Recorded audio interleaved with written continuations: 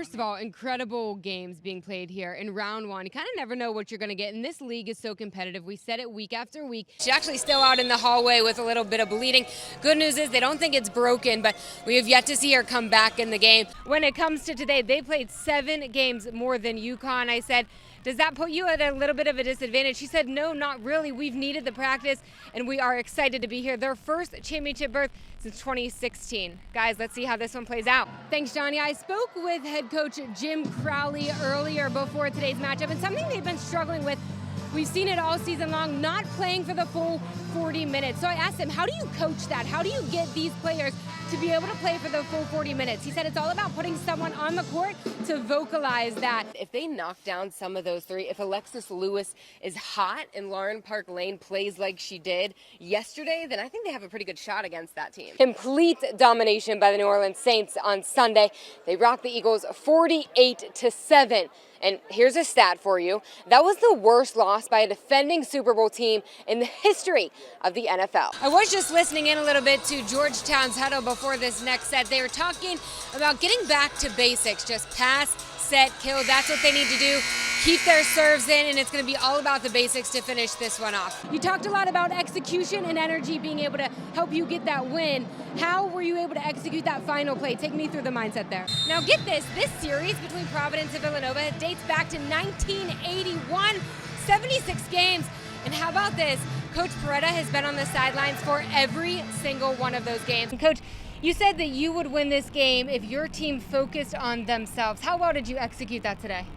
Brian, a season that seems to have been plagued by injuries, well, it's not getting better anytime soon. Reports coming out today that Nick Storrs suffered yet another setback and is expected to be out for the rest of the season. As for Josh Smith, well, he's not expected to be back this week at least. But in the middle of May, as the Tigers are trying to get to the postseason, that next man up mentality, it's nothing new. Just ask the guy who's played almost every position on the field, Austin Bain. He says this team thrives under pressure.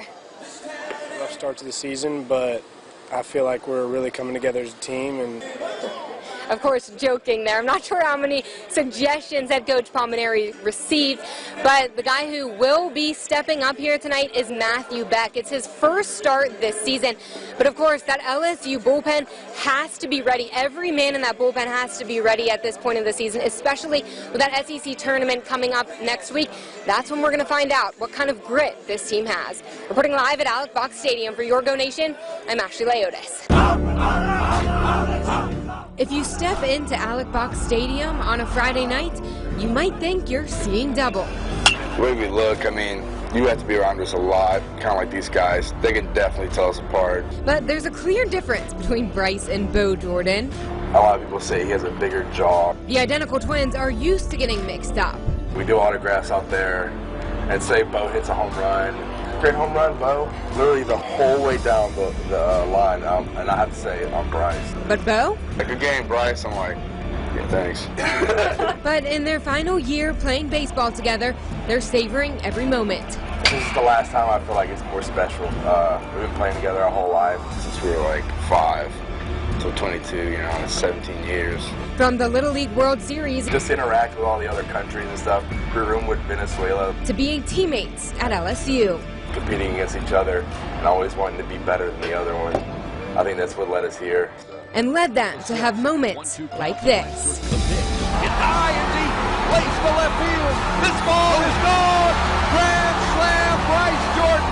When Bryce hit his, it's been a long time coming. He waited a whole year to play again. 6th career home run for Bryce Jordan. Bryce was forced to watch Bo from the dugout last year after suffering a knee injury.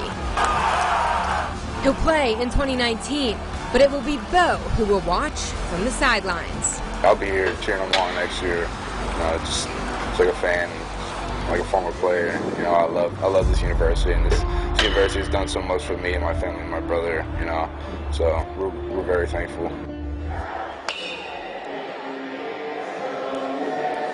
I'd expect Bo to be cheering on Bryce next season right here at Alec Box Stadium, right next to little brother Brock, who you can usually find cheering on his big brothers in the family section here at home games.